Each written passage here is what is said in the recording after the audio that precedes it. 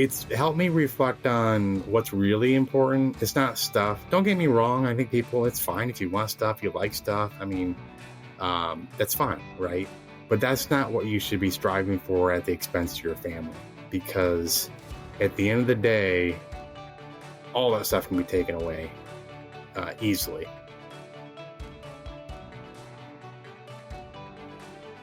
Today's guest is Mark Kenney, real estate investor, entrepreneur, and founder of Think Multifamily, who went from managing $2 billion in assets to navigating a personal and professional downturn unlike any other. When the market shifted, so did his world. And for the first time, Mark found himself battling depression, sleepless nights, and a crisis of identity. He shares how his workout routine that once symbolized success later became his lifeline, why his sister's unannounced visit may have saved his life, and what it took to claw back a sense of stability.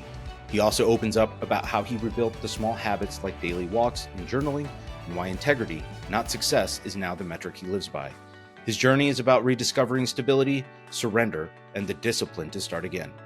Let's start the show. Mark Kenney, welcome. Thanks for coming on. Thanks for having me, Marcus. I'm glad to be on. It's good to see you again. The last time, so I want to just start real quick. When I first met you in it's 2025 now. I think it was 2018, maybe somewhere there, 2017, 2018, somewhere in that range. You and I both had less gray hair. That's I tried dyeing it and it kind of irritated my scalp. So I'm like, I don't know. So I'm gonna start it broad. How do you see yourself differently now than you did then? And we can talk about that's sort of a springboard into kind of starting there, kind of starting out, kind of getting into larger real estate transactions. I would say fast forward, I didn't have the amount of obstacles that I would have thought, and basically I had to overcome, if you want to say, essentially. I never would have envisioned those obstacles to the level that they were, meaning if you would have, said, hey, fast forward to like 2023, here are the things you're going to be dealing with, we probably wouldn't be having the conversation. I probably would have bowed out, Yeah. So that's probably the biggest thing. And then overall, just perspective. I think it's partly as you get older and you reflect and you do have obstacles, some cases significant, you start reflecting on what really is important in life and what do I need to do differently and not do differently to really kind of conclude that, hey, some things I thought were really important to me really aren't. And some things that are, you get really, really busy, you're working like crazy and you neglect certain things, whatever it might be. Could be family, could be health, could be those things. And, and you kind of get into that mode where you're like, I'm just going and never stopping. And then all of a sudden you're like, oh man, it's something that's going to force you to potentially stop or at least reflect and change. If you don't change, in my case, if I didn't really, pivot, I would have been in a pretty bad spot. So change, some we seek, some is hoisted upon us. Let's talk about the important things. Like, what have you? And for the benefit of the audience, Mark and I have been partners in real estate investments for a few years now. And the state of the market in 2025, when people ask, is less bad than it once was. But I'd hesitate to use more positive terms than that. So we've gone through some bumps along the road, and Mark has been a foxhole partner with me in there. So just to give some frame of reference for the audience, but Mark, I'm curious what those important things, like, can you give us an example? Because I have some of these in my own head, but I'm curious what you came across over the last few years. The important things for me really come down to, I'm actually a pretty simple guy. I mean, there are a couple of things I like here and there, but I don't have a lot of interest. I wish I had more, but I don't.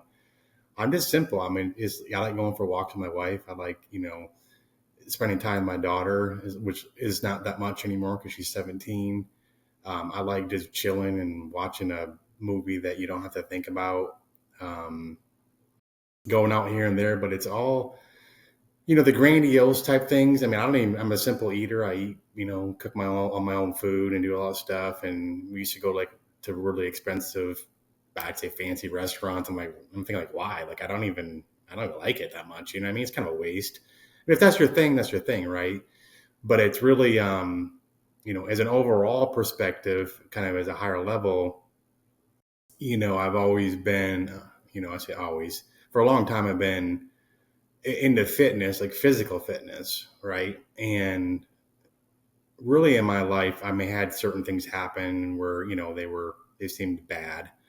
But when all this stuff started going down, where, you have lenders screaming at you, you have, investors that are angry and upset, you have potential lawsuits from vendors and things like that, right? Then you start, for me, started looking and getting more into some of the mental health things, which I never really experienced before. And, so I was in my 50s when I'm still in 50s, but, I was first time I'm not saying I didn't have certain things here or there. And I always felt like, hey, I can overcome anything no matter what, and what's wrong with people. And we've had, historically, people in my family that had kind of some mental health issues, and even my wife's family, like pretty significant. But I'm kind of like, what's the deal? Just to get over it, I don't know what your problem is. I don't know why do you have anxiety? Why do you have stress? Why are you worrying about the future?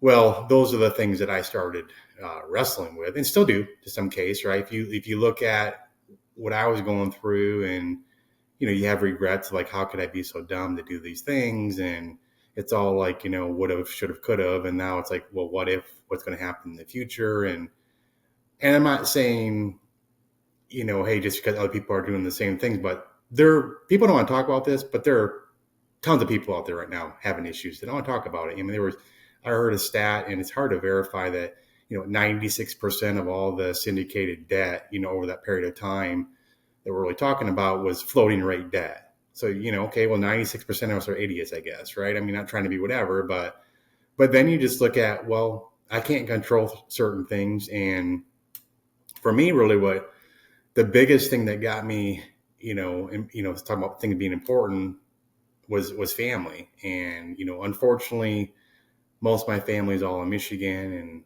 I'm here in Dallas, but, I mean, transparently, a year ago, 13 months ago, whatever it was, I was, not doing great, and walk out of my bedroom, and my sister from Michigan standing in my living room unannounced, didn't know she was coming. And I'm like, she's like, I'm just here to see you, And then the next day, my wife was like, you're going to Michigan. Like, you have a 4:00 flight today, and your sister's taking you. And I'm like, no, I'm not. She's like, yes, you are. I'm like, no, I'm not. But looking back at that, that's what I needed. I needed to get out of the environment I was in. And my circumstances didn't change, but the environment changed. And then, whether you have faith or not, my family, big, my mom's prayer warrior, my sisters are praying for me, and listen to a lot of, just the scriptures and things like that, but that helped me. That helped me. And getting out of that, and then also not letting it, well, you can let it easily steal your joy and peace. There's no question about it. And I still have, struggles with that sometimes, but not let it define you. I think we had a conversation. Are you being defined by who you are, what you do, your father, your husband, or, a wife, or, I work for whatever, a certain company. This is what I do. And because those things can all be taken away. I mean, I don't say overnight, but almost overnight. And one health issue can totally change your perspective too. And I stopped doing some things for just a short period of time that, I work out all the time and wasn't missing, but a couple of weeks there, I'm like, I couldn't even work out, which for me is a pretty big deal. And that was one of the negotiation things. My wife said, you're not coming back to start working out again. Cause she knew that was, was something that was important to me. And I wasn't eating, wasn't sleeping, all those things. So simple things to me are important, but it really comes down to anything that can be taken away shouldn't be that important to you.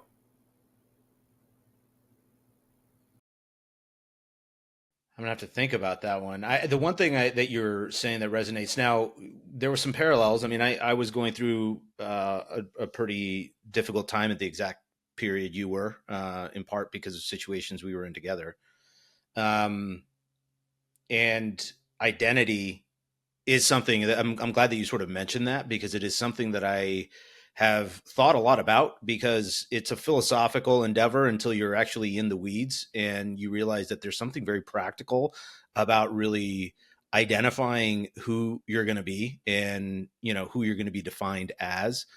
And one thing I kept going back to, even starting this podcast to a large degree, is it's very easy to become hyper myopic on one particular circumstance, one particular podcast, one particular test, one deal, so on and so forth. But in reality, which is not always easy to see in the nadir of being hit from all sides, it's a death by 1,000 cuts. Yeah. Is ultimately when you meet your maker, you're being evaluated as a body of work, not exclusively one moment in time. And it sort of allowed me to give myself a little bit more grace, maybe some broader perspective.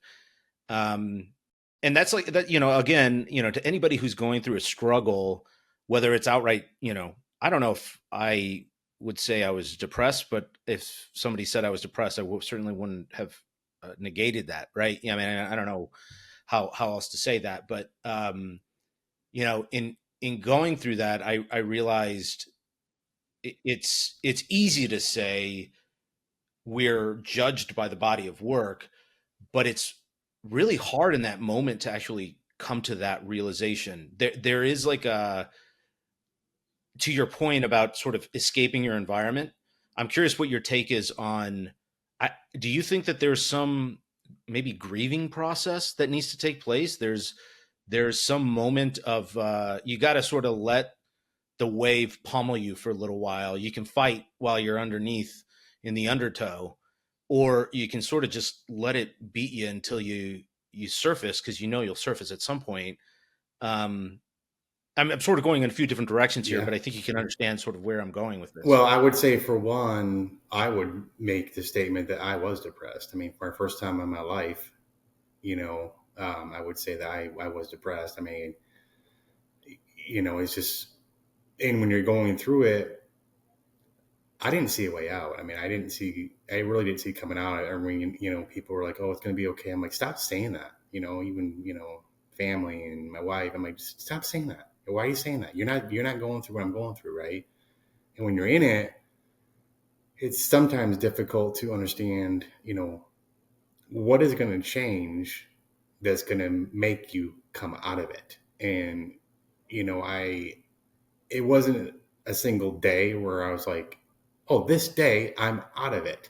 It was gradual, but it was implementing certain things. I listened to, a ton of scripture, a ton of messages, and, just praying and things like that. And, not to get too into it, but, the whole thing is, when we talk about, judged as a whole, well, none of us are righteous by ourselves to go to heaven. It's just reality. And not to, people can, say go down this path, but it's really only through Jesus. I mean, reality is that we're saved through him, what he did, not what we do. And that wasn't even a thing about me, as far as like looking at it, as far as like, oh, I'm going to be judged for what I did. I was judging myself, really, like, oh my gosh, I could be so stupid. That was the main thing. How could I do all these things that, looking back, I never would have done? I'm using information and data at the time, and, just putting tons of money into deals and doing all these things, right? But there's definitely a reflection point. And I think if you don't make some sort of change or changes, you're never coming out of it. I mean, I know people, right, that are in it, and not even just because of what we're going through, but just in general, and they never come out of it. You have to make a change. You have to have people, like, again, if my sister didn't come down and kidnap me, basically, what you did, I really don't know where I'd be right now. And I'm not just saying that to say that. I mean, I had some, just like, you know, just weird thoughts and weird, that I never had in my life. And those were things I was, kind of contending and dealing with. But, I went up, to Michigan for supposedly a few days. And, I was there 9 weeks. And not really, that's what it took, and it didn't like I left and I was like, oh, I'm all better. But I got out of the environment. I started implementing things, changing things, doing things physical is great. I mean, it just is. It's whether it's for a walk or I go out in the sun every day pretty much too. That's always great for you. And when you get in a rut, something happens and, I get an email and be like, oh my gosh, like what the heck, Yeah. I mean, one email, you're like, oh crap. And it sends you in a spiral. Right. And spiral, so it's how long do you stay in the spiral? Before it was you're just in it. And now maybe you're in it for an hour, 2 hours, maybe a day. But before you're in it for days and weeks at a time. That's where you are. And someone told me like, hey, as you're working through these really, really tough things, whatever it might be, just realize that no matter what, you're getting closer to a conclusion on it. So, if someone, I mean, we had properties, right, with no money. We sold properties. In some cases, unfortunately, the lender took them. But let's just say you sell property with no money and a lender is going to sue you for something. And yes, you would love to pay the lender, but there's no money in the entity anymore, right? So, like, my heartbeat doesn't even go up anymore, when a lender sends something, or sorry, when a vendor sends something to me, right? Lenders are different, right? And investors and things like that. But a vendor, it's like, I'm sorry, right? This is a business. And so you get to the point where you can deal with things much, much faster, resolve them faster, identify them faster. And it just helps you get through those things. If you, go back in time 2 years ago, I mean, you're basically, although we knew real estate, I didn't know how to navigate. I exited 20 deals last year. I can tell you learn a little bit by doing that, Sure. Whether it's how to interact with investors or lenders or vendors or whoever, you get to where you can navigate that. It doesn't make it easy necessarily. And dude, I'm sympathetic. I mean, yeah, it sucks when people lose money. There's no question about it, but it wasn't like there was a big difference between, failure and fraud. There are people out there committing fraud, right? So I can look myself in the mirror and go, okay, I did everything I possibly can. I sold everything and pretty much I had, no joke. I put money in the properties, shouldn't have, but I did.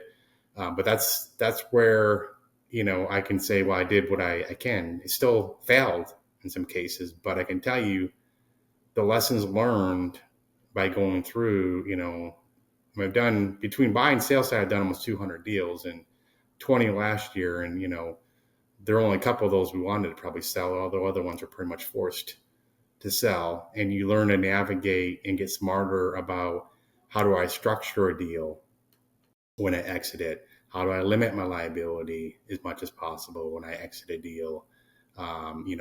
Do I save the deal? Do I sell the deal? And if I do, how do I sell it? Do I try to do a deed in lieu? Those are all things that, you just learn, and it makes you, for the future, if you stick with it, a lot of people just have dropped out, right? If you stick with it going, man, if I do another deal, here are all the things I've learned over the last, X number of years, and in general, the last 2 years, here are all the things I'll do differently. And by doing that, it gives me the comfort level, not that everything go perfect, but that I can, navigate this in the future and be smarter on how I do deals and protect people more. I got a lot of questions about this. Before we sort of get more into the nuts and bolts of, I think, the interesting components of you navigating that. The one thing that you sort of mentioned that I always go back to is, there stress. We tend to feel stress, psychological stress, at least, based on sort of two principles. One is ruminating over the past, remorse, guilt, regret, and anticipation of the future. But you sort of highlighted the best antidote to that is actually working toward the conclusion, right? Is actually getting back, focusing on that. And that's not as easy as the words that are coming out of my mouth sound Oh. when you're in it, right? I mean, I'm recalling a moment where a friend of mine actually it was someone had mentioned an email that somebody had sent, and I said something to the effect of it was a rude email. It was aggressive or something. And I went back and looked at it when I had received it at the time. It was death by a thousand cuts, and it wasn't. It wasn't nearly as aggressive or vindictive or whatever the case may have been as I had thought it was. But at that moment, I had a really tough time being able to see reality as it lay before me. And I guess before we move on outside of this concept, I just want to ask what if you could go back to that, what would you tell yourself? I mean, how could you give advice, having gone through what you've gone through, to somebody who hasn't? I mean, is the only way to identify this resolve, this mettle, this resilience, this grit by going through it? Or is there a shortcut to finding a way at that moment? I know a lot more now than I did, even a year ago of how to go through things. And for me, there were a couple of things. It doesn't change the circumstances. It doesn't mean you're not going to have stress and anxiety, but I should have gotten out of my environment for, it probably didn't have to be that long, but should have got out of the environment. I should have, you know, still been eating like I was. I mean, I just stopped eating for, not much. I mean, I ate every day, but not much. And, my wife's like, you're not even, you're below 1,000 calories a day, probably, right? So implementing those things where, hey, I'm not going to let this get to me where I'm going to stop working out, or I'm going to stop eating, or sleep is a harder one, right? I mean, it just is. It's a lot better than it was before.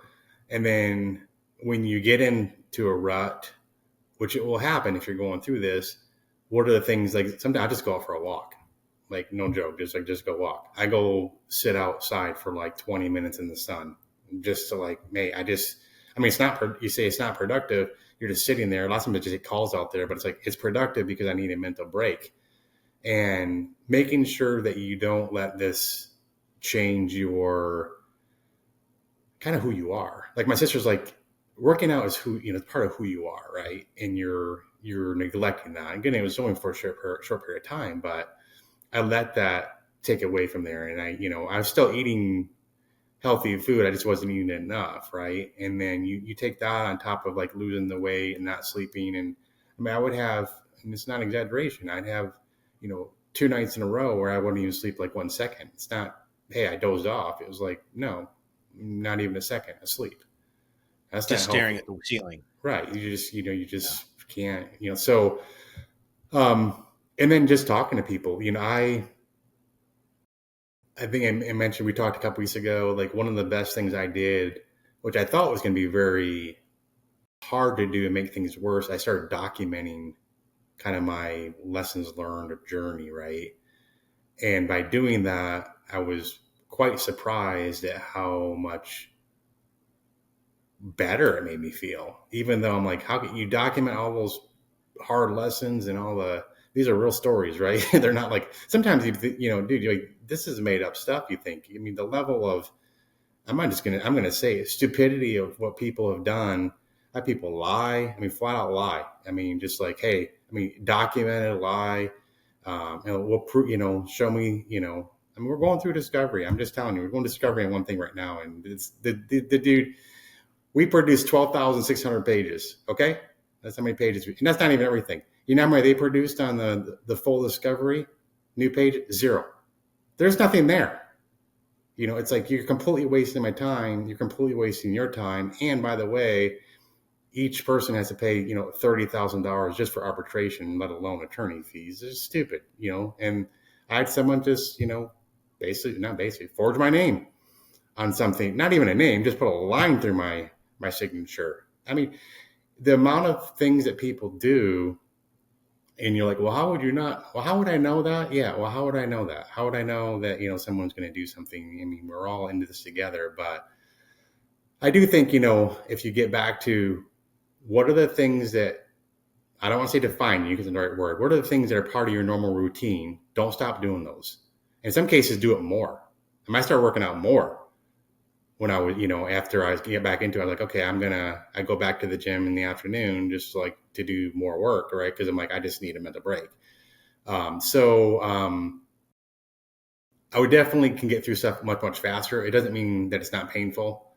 Doesn't mean it's not stressful, but there's certain things now that, dude, they don't stress me at all. And I can tell you a year ago, they would stress the heck out of me. And I'm like, okay, we'll get through this. And there are other things where I'm like, this is a big deal. I can quantify this as a big deal. I can say this and qualify this is not a big deal, and this is somewhere in between. And the ones that aren't big deals, it's like we just get through them. Yeah.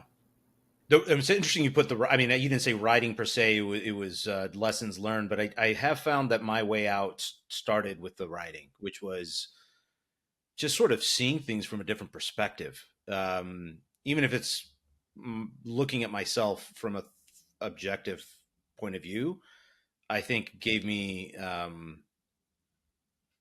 just an idea that there's another way to look at this that could be more productive than the neuroses that I was engaged in. I'm curious. So just to switch subjects a little bit, but on this topic, how has this changed how you view partners and other operators outside of real estate that you may encounter, waiters, other people, humanity as a whole? Has this changed how you view people? I'll start with, come back to partners in a second. That's a whole podcast, but I'll make it short. I will. But people, if I really look at, we were financially successful, like very successful, right? And pretty much could buy whatever, pretty much whatever I want. And I'm not, I like cars, right? That's pretty much my only thing. I don't really care about clothes or watches or anything, technology, all that stuff. But end of the day, I can tell you when I would go home to my hometown, which is a pretty small town overall, and I go to, whatever, Walmart, or they have Myers there in Michigan, and I might run in, they see somebody like working there from high school. And I will tell you, it'd be like, I wouldn't want to say this, but yeah, pretty much think I'm better than them. That's the truth. If you really look at it and say, well, they didn't do much or they didn't have gone far, it's like, you're not pretty much, you think you're better than them and you're not. And it really has caused me to realize that you're really only one decision or one event away from destruction, or the reverse, success. And I was heading down, and so I'm like, you have to have a servant heart. You're not better than anybody. I mean, you can, every lesson learned, and I'm not just saying to say it, you go back to just scripture verses like, man, okay, all these things are in there, right? If I would have really been paying attention and listening and abiding by it. But it's, I'm, kind of, you can say ashamed to say that, but I would look at someone and go, oh, they made bad choices. And, partners, there are so many things around partnerships that, one, just, protect yourself. I mean, who you partner with, who you don't. I have partners that, if Marcus and I go into a deal together as an LLC and Marcus goes and does something, or I go and do something I shouldn't do. I've had this happen, right? 2016, and one of my partners signed a contract and I never signed the contract, never, didn't want to do the deal. Well, we got sued, and, $371,000 later, my piece, right? He didn't pay anything, by something that this guy did.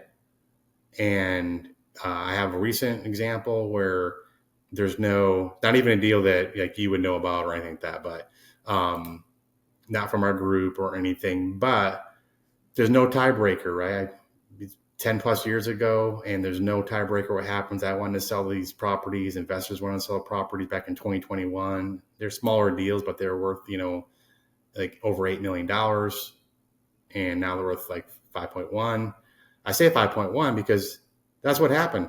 This partner, you think it's a joke, but it's not. This partner on, let's just say a holiday that was somewhat recently on a Friday said, "Hey, he decided to sell the properties and sign this 2-page document to give consent, and we're closing on Tuesday." No joke. Never saw a contract, never saw LOI, didn't know the properties were for sale. I'm not joking, dude. It's just is like, how do For the you, benefit of the audience, this process typically takes 60 to 90 days. right? Even the PSA was signed 21 days, so the guy was a cash buyer. But either way, so I can't tell you how many people are like, "Oh, we're great buddies, we're friends, we're going to partner together." Like I said, we can do a whole nother thing on that. But the reality is, plan for everything goes horribly wrong. You partner with somebody, you're on the hook along with them, even if they, same with signing on a loan as a, even if it's not recourse, but signing on a loan as a guarantor. If you have multiple people on there, you're all on the hook no matter what. Even if someone does something you knew nothing about, you're still on the hook. So partners, go slow. One of our friends used to say, date versus marry. I'd be hesitant creating, joint LLCs for quite a while. I do a couple of deals, don't get your name tied up with somebody else's. Your reputation will take a major hit because it's what somebody else does. I've seen it. I've experienced it firsthand. And, so go slow on that, but make sure no matter what, there's always a tiebreaker if you can't agree. 50-50 partners don't work. What do you look for in partnerships, though? Now, knowing what you know, I mean, how would you size somebody up, for lack of a better word? It's difficult. I mean, I'm not trying, it's very Always difficult. better to have a relationship with somebody, but you got to start the relationship somehow, Right. somewhere. I think if you fast forward and said, "Hey, we want a partner," I would say I wouldn't go and create a joint LLC or anything together. I'd keep everything separate. As far as looking for, which is not always easy to, someone that doesn't lie and cheat and steal, like the basics you learn when you're 2 years old. And people are like, "Well, that person did lie, cheat, whatever it might be." It's like, well, yeah, but 100 of us met this guy. And if someone really wants to be deceitful, they're going to be deceitful and they're going to fool people for a period of time. Ask out in the marketplace. This is a really, really small world right now. And just go ask the marketplace. Now, we had, a situation years ago. I mean, it's almost 9 years ago now where, a guy's, all upset about stuff. And, it's like, dude, I had nothing to do with that. Right. I mean, I'm not, trying to skirt blame or anything, but everything you're saying I had nothing to do with, right? I didn't know that. You talked to the guy, I talked to the guy. But it's your basics. It's not even skill set as much. I mean, although it's important. And how do you really, I mean, how many times have people been surprised where someone is, a sex offender? I'm like, "Oh my gosh, I can't believe." It's like, yeah, okay, well, how could you not see that coming? Same with partnerships. So protect yourself more legally than anything else, because you're going to be surprised. You partner with enough people, somebody's going to be a bad partner. So don't tie yourself into where what they do is going to have a reflection on what you do financially and reputation wise. How do you determine, who you're going to spend time with as a mentor relationship? Number one, no jerks. You can talk to somebody, I mean, in a matter of a couple, not even a couple minutes probably, and just kind of and this isn't to prejudge people. I mean, I can't tell you how many times where it's like, it doesn't feel right.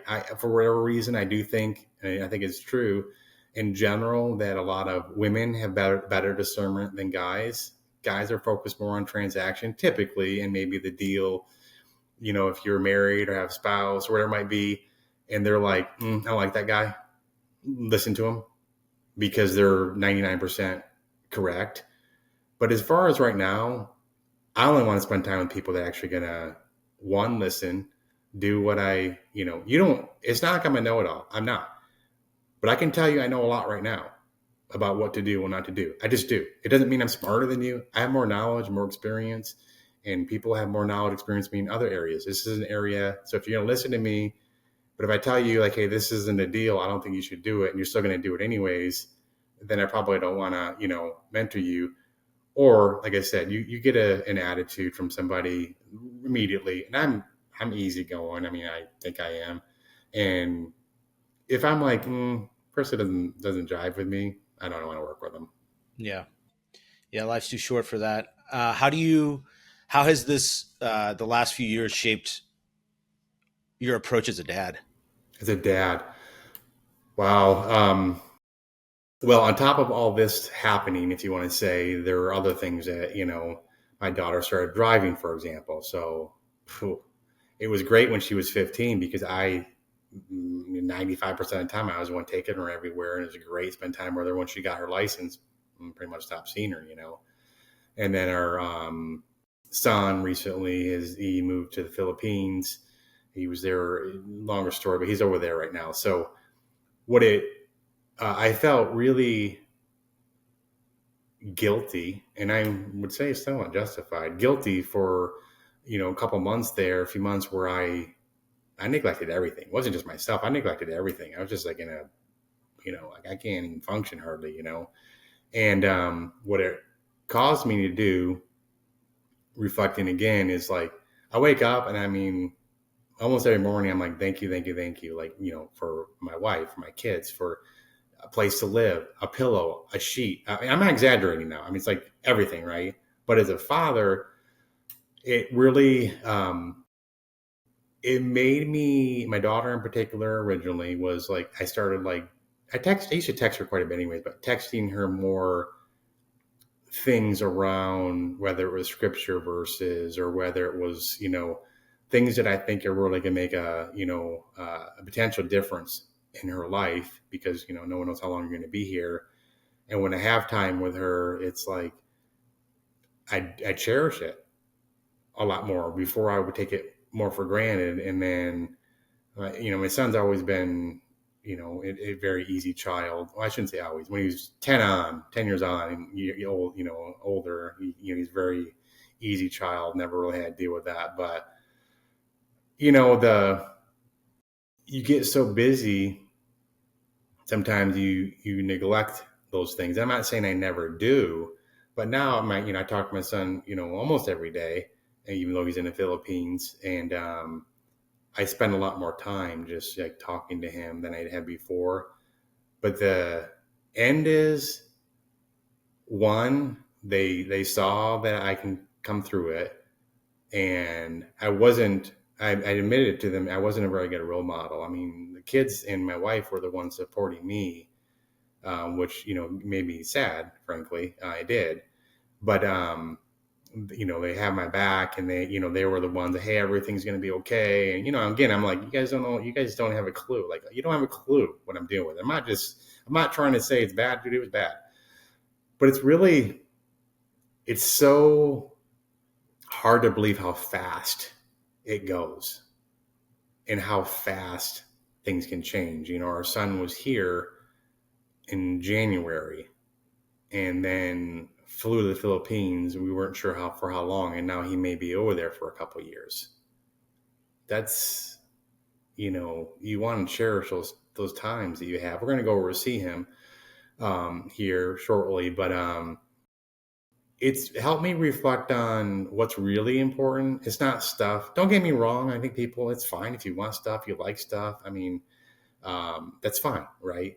But that's not what you should be striving for at the expense of your family, because at the end of the day, all that stuff can be taken away easily.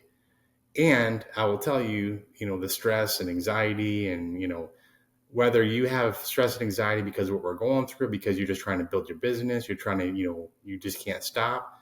If you die 10 years earlier than you could have lived because you're of all this, one of my good friends is in a group. It's a super ultra high net worth group. And he's like, everyone in the group's like, I can't sleep at night. These guys were all, I mean, there's minimum 50 million net worth, minimum, and they can't sleep at night. And is it really worth it? I mean, I don't know. I don't say like, hey, go do nothing, be a bum, but is it really worth it? And at the expense of not spending time with your family, and you're going to have certain seasons where you're busier and you maybe, I'd just say it, maybe ignoring your family a little bit. Yeah. But that should be very short lived. That shouldn't be your MO. Yeah, I mean, people. I mean, the word of the day here is like, living a balanced life, but the reality is your life is constantly out of balance, Oh, and there's some seasonality to it, and you just hope that maybe that body of work averages out to some form of balance. But there's going to be seasons where this is not. That's just not within the realm of feasibility right. to achieve that. What have you learned about not just your own, but other people's relationship to money? To money, oh my gosh. So I always, we grew up with not a lot. We had a place to live and food, but I always had a major, major fear of not having money. I think that there's nothing wrong with having stuff. There's not. But I think, I mean, again, you can go back to the Bible. It doesn't. People say, "Oh, the money is the root of all evil." No, it doesn't say that. It doesn't say it at all. It says the love of money is the root of all evil. Just like the love of anything else that takes you away from Christ is the root of all evil. It's not just money. Money's mentioned, a ton of times in the Bible. But to me, it's helped me realize a couple of things. One, stuff is just stuff, and the expense of like, I mean, just use exotic cars. You get an example. You get an exotic car versus a Toyota.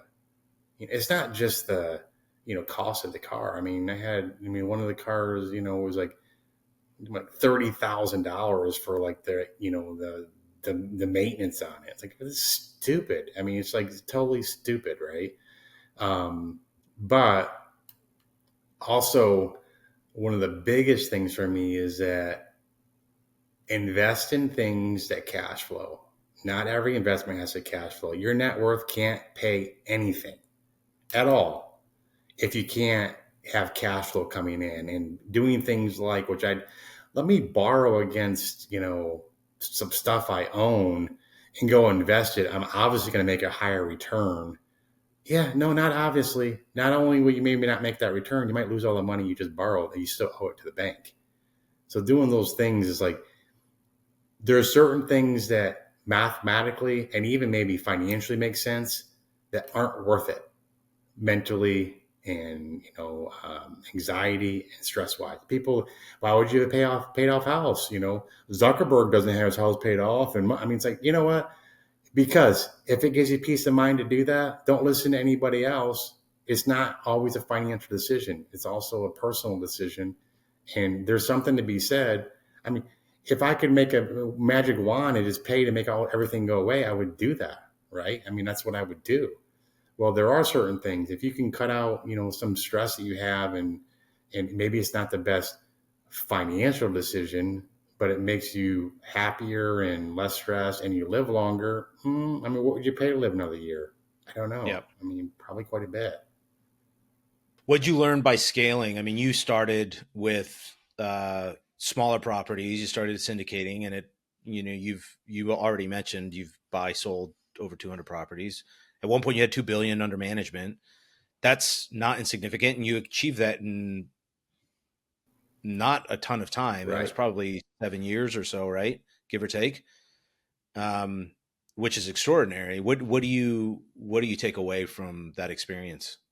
Well, And to be clear, you still have a lot of that. I'm not suggesting that it's gone. yeah. I'm just saying that systems show themselves in times of strife. Yeah, I think there are a lot of things. Scaling is one thing. Okay, if you scale, let's say you bought 100 properties that were all fixed debt, 5% debt, 30-year debt. Okay, that's one. You buy, and then the other example, someone buys 100 properties, floating rate debt, matures. I mean, dude, it matures whenever the lender wants it to mature. People like, oh, I have a 5-year loan on Britain. Like, no, you don't. You have a 311, maybe 3 years plus, maybe you do. Even then, the lender can rebalance and things like that. So scaling, we scale a lot through partnerships, which we talked about, right? So be very leery about that. But also, it's okay to start smaller. We're always 100 unit plus because it's easier and you get professional management. Yeah, you do. But I think you're better off Scaling is fine if you have. I think it's being smarter about what you're buying, and there are several areas for that, right? It's location, which will control, you know, evictions and crime, and even the debt you get, and taxes and insurance, and things like that. So getting smarter on listening to people that have bought in certain areas. We're in 14 states, but half of them I would never go back to again ever. And then getting smarter on the type of debt that you do. Long term, yeah, your returns might be a little bit lower on a piece of paper, but there's you're basically eliminating the unknowns in anything. You do. There are always these unknowns that you know about when you go into it, and then there are unknowns that you don't know about until you get into the deal. So eliminating much of those. So I don't really have a huge problem scaling, with one exception. You have to have very experienced asset managers. The amount of you have a third party property management company that manages the day to day, and a lot of those guys are frankly horrible. I mean, we've used, I don't know, 45 probably property management companies over our different portfolios. I wish we would have vertically integrated and did our own, but we didn't, then. But I think there's a lot more to. You kind of forget how much you know sometimes when someone starts doing something. I've gotten on some calls, a lot more calls here recently about asset management. I'm just like, oh my gosh, like what? I mean, it's like what you or maybe I would think are very basic things. They're not basic to people. So if you scale, then you got good debt and you got good location, good properties, and locations you can evict and all those things like that. And you have someone that's super professional, been there, done that on the asset management side, you're probably okay doing it. Any one of those three things you neglect, you're potentially hosed. Yeah. Yeah. Yeah. One thing I which is sort of off topic, and I want to make sure as we're coming up on time that I do talk about this is your workout routine, your daily routine. I am curious what that is what's entailed there, because this image here doesn't display the fullness of Mark, because Mark is a what you're probably sub 10% body fat, and you're a bulked dude. Where did that start? Yeah. What has that served you in? And what's your day to day? So I start working. Am I right on 14, the 10% though? Sub 10%? Yeah, I don't know. Yeah, I try to stay pretty lean, just in general. I've done the bulking and the cutting, and I'm like, oh, I'll just stay lean. I like it. Tammy likes it better that way, my wife. So that's where I stay. But I started working out about 14 years old to 24 and stopped for like 20 some years. I was just crazy, right? And then I had dislocated my shoulder, I don't know, whatever, 7-8 years ago. And through kind of this guy rehabbed me, I really got back into it again. And I'm not sure it's a healthy obsession. I really get kind of obsessed with working out, and it's very good mentally for me. It's a good mental break. And I used to have a lot of like joint issues. Kind of at one point thought I kind of had arthritis. And when I started doing two things, one, started like build my joints up through working out, but also completely changed my diet. Like I weigh all my food, you don't have to do that, but I do. I eat, real clean. And when I started doing that, this guy said, well, try it it was like 31 days. I don't know why 31 days. And I'm like, I feel way better. I don't have these joint issues anymore. And I just kept doing it. That was. What did you do in those 31 days? Pretty much. Beyond No sugar. It was like kind of Yep. You couldn't even chew gum, right? I'm like, okay. I didn't. I follow everything. You tell me to do something, I'll do it exactly right. So it was. I don't remember exactly what I was eating. Like now, I eat like a lot of yogurt, a lot of like straw or blueberries and banana, and like lots of fruits.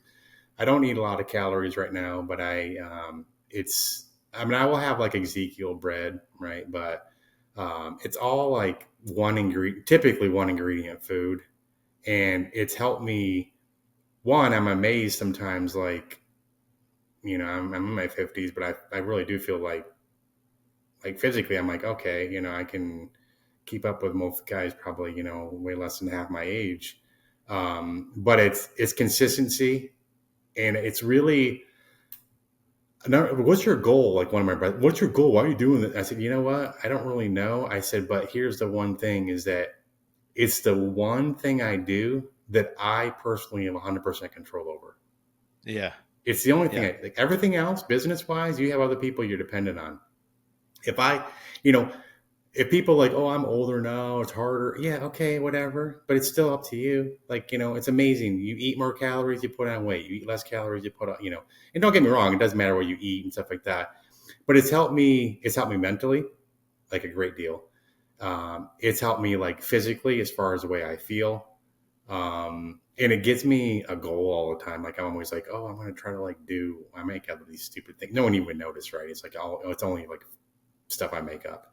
Like I'm going to try to do this, and then I'll do work on that for a while. Yeah.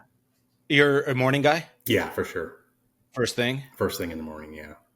What time are you in there? Oh, it depends. Used to be in there at 5. Usually it's I'm there by 6 for sure. Yeah. And then I pick different workout routines that are pretty challenging sometimes. It's always a challenge. Like hey, can you? You're picking from where? You're making them up? I've had 3 trainers. Yeah. Like paid trainers. I mean, accountability wise, that was great. And now I don't really need it. I don't. And the biggest thing they helped me with is what's the diet.